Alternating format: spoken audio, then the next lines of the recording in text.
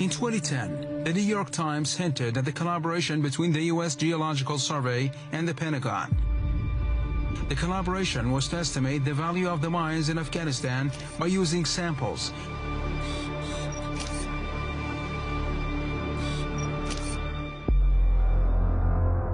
This is the most prominent figure in the Pentagon, who was the commander of U.S. forces in the Middle East until 2010. General David Petraeus. As the highest-ranking U.S. military commander in Afghanistan, he had this to say about mines in Afghanistan. Afghanistan is blessed with the presence of what are trillions, with an S on the end, trillions of dollars worth of minerals if and only if you can get the extractive technology, the human capital operated, the lines of communication to enable you to get it out of the country and all the rest of that. Very big if, and of course there's a foundation of security that would be necessary on which to build all of that. But again, the prospects are very significant if you can achieve objectives. There are many estimates about the value of mines in Afghanistan, from $1 to $3 trillion to dozens of trillions of dollars. There's a figure floating out there that it's actually $3 trillion, and I've heard a figure of $30 trillion. In 1998, Congress published a report on the vitality of mineral resources in Central Asian countries for the U.S. At the same time, the U.S.'s main problem was to transfer the oil and gas to the market. The U.S.'s ideal was to construct a pipeline in Afghanistan and transfer it to Pakistan and India to get access to high seas. India's Outlook news agency says Bush's main goal by attacking Afghanistan was pipeline politics. But after a while, with more investigation, it came to light that besides international transit, Afghanistan has some mines that are worth more than the mines anywhere else in Central Asia.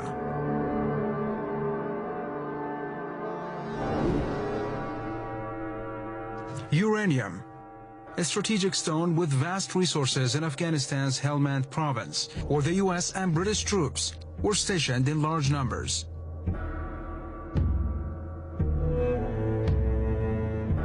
Chromite industrial stone can be found in Khost and Logar provinces. Marble can be found in various parts of Afghanistan in large deposits, and dozens of other types of precious stones in Afghanistan.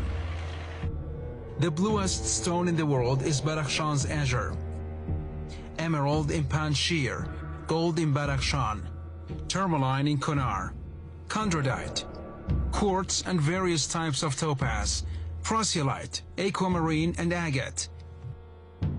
After uranium, the next strategic mineral that Afghanistan has the biggest deposits in the world is copper.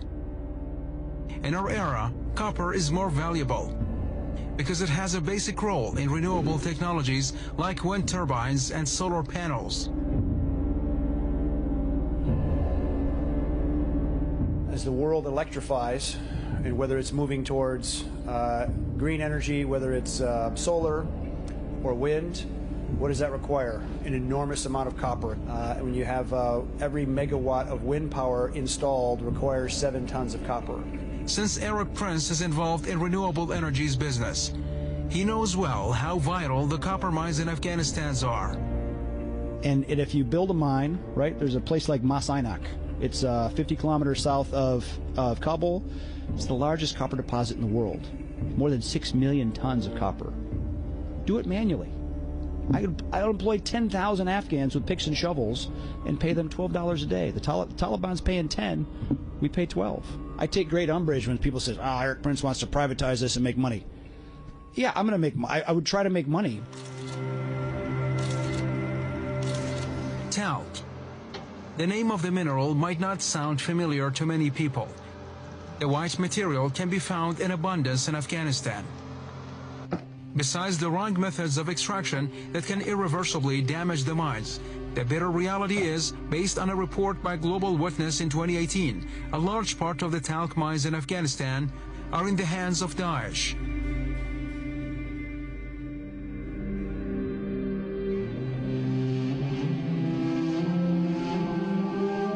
The militant group has been mercilessly extracting and exporting talc and has achieved considerable financial resources. But where does the huge amount of talc is exported to?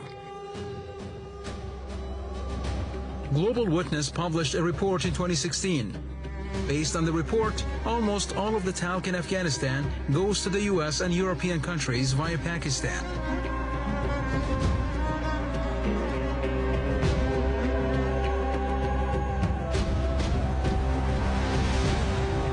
So the United States can indirectly benefit from the Daesh presence in Afghanistan because it can easily get inexpensive smuggled talc without having to foot any security bill. So it's easy to guess why the US isn't serious about uprooting Daesh in Afghanistan.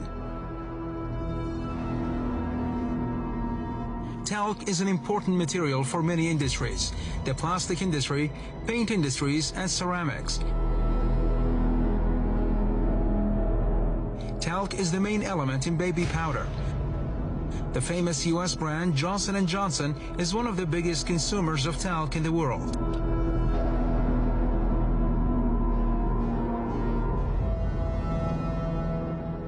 Peter Frankopan, British writer and researcher, explicitly tells us about the relationship between the talc used in baby powder and Daesh.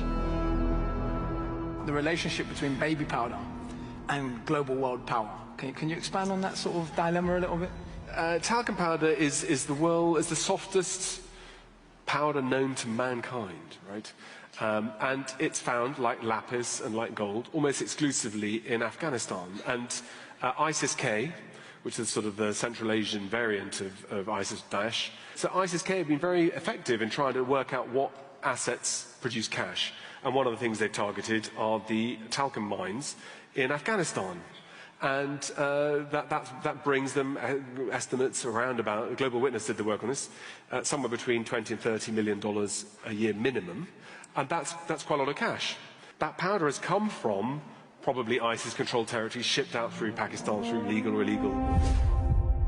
Dasht-e Nawar Desert Plateau in the Ghazni province. At the heart of the desert, there exists one of the most special needs of human beings today: lithium.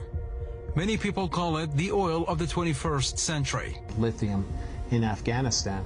So certainly the lithium deposits are not that common. These are salts that rapidly erode into the ocean, so finding them on land is difficult.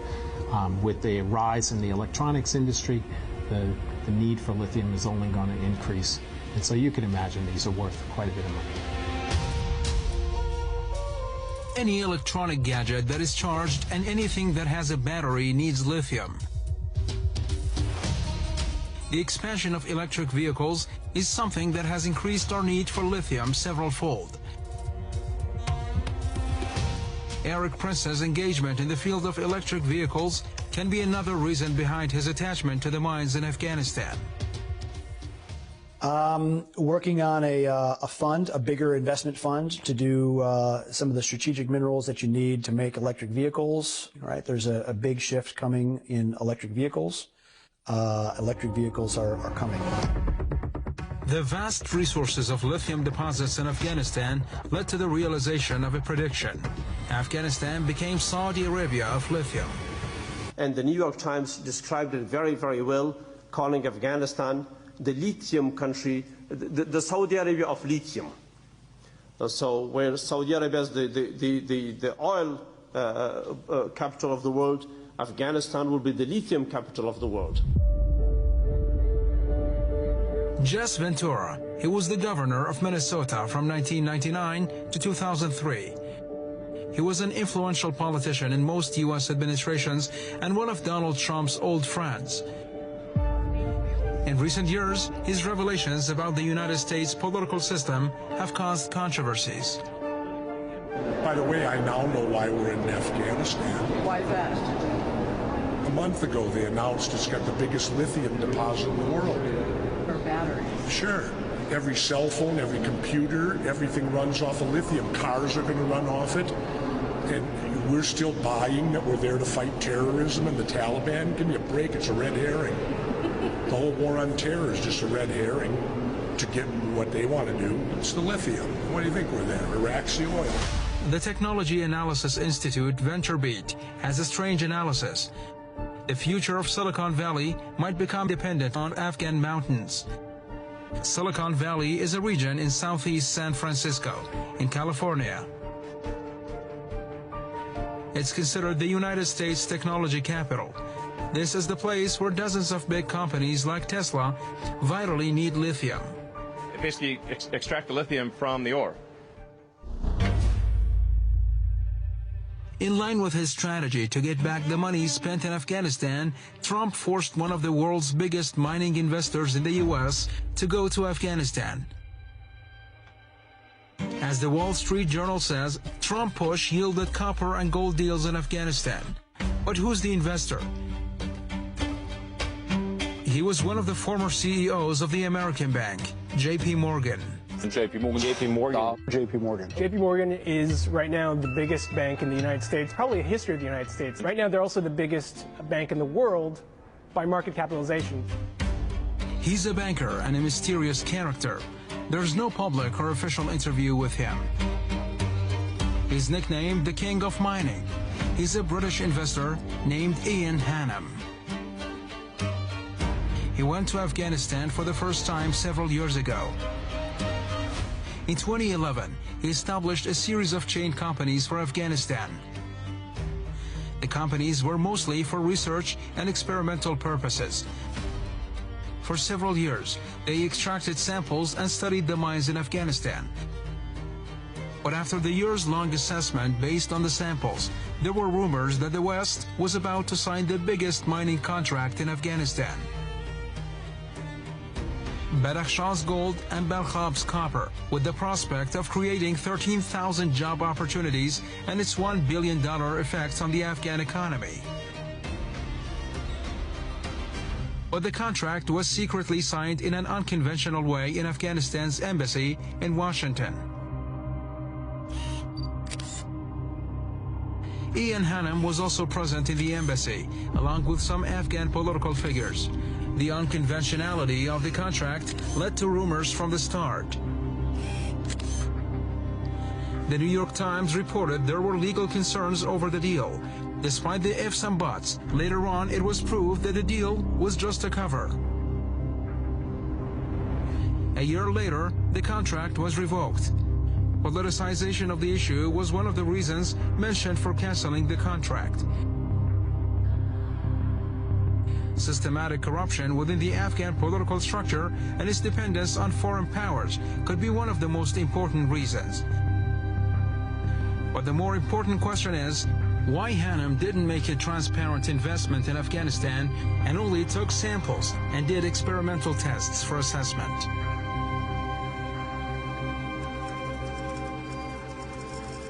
The only thing that comes to mind regarding the issue is Erik Prince's close contact with Ian Hannam. Their relationship was clearly seen in natural resources and security issues in Venezuela. Ian Hannam canceled the copper contract in Balkhab and the gold contract in Badakhshan under circumstances that Erik Prince had launched his own project to privatize the war and mines in Afghanistan.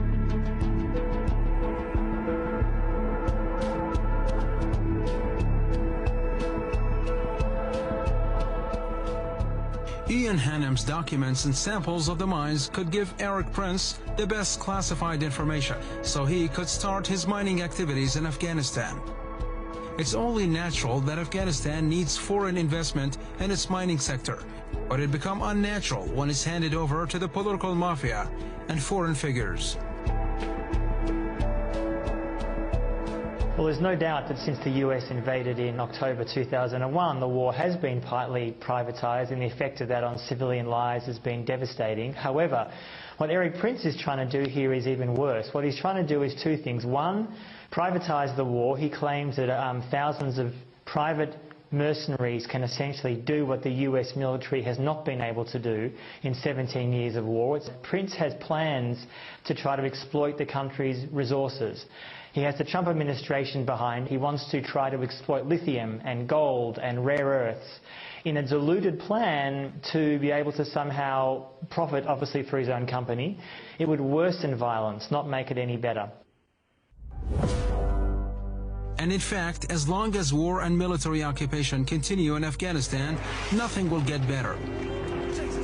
Killing Afghan people by the U.S. forces turned into something ordinary that makes news headlines every now and then.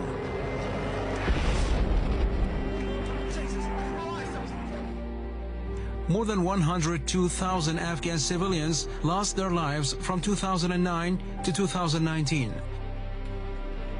During the 20-year occupation by the U.S. from 2001 to 2021, over 150,000 people in Afghanistan were killed.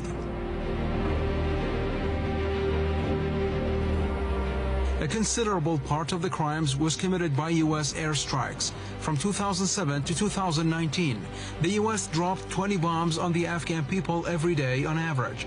In 2019 only, it conducted 7,423 airstrikes on the country.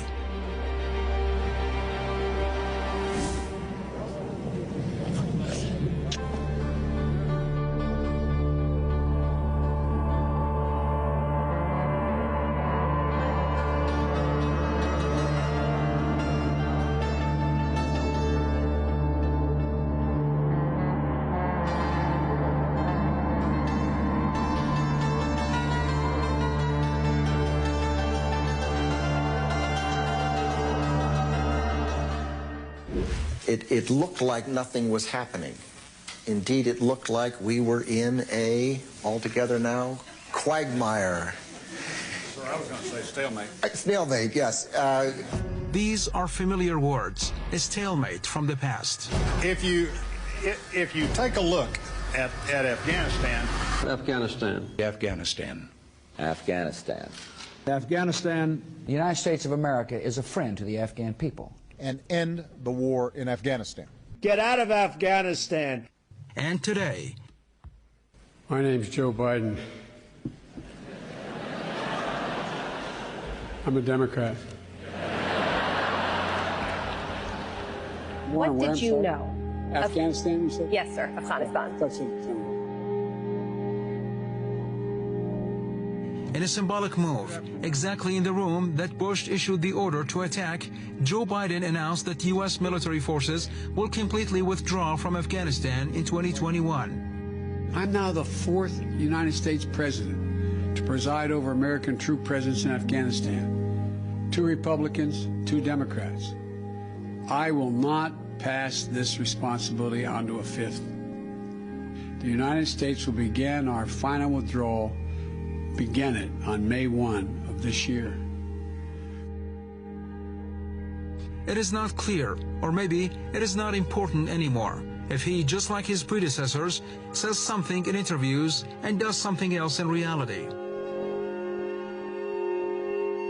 The important thing is Afghanistan, which is riddled with so many questions.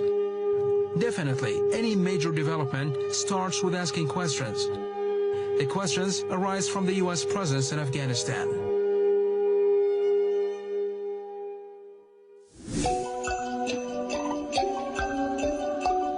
Will we witness a different kind of U.S. presence in Afghanistan after it pulls out of the country and vacates the military bases? What should we expect if the speculations about the private security contractors going to Afghanistan are true? The people in Afghanistan have paid the most for the war. Will there be an end to their endless sufferings after the U.S. withdrawal? After 20 years of the Western country's military presence, it doesn't come as a surprise that Afghanistan is the saddest country in the world, according to the UN report in 2021.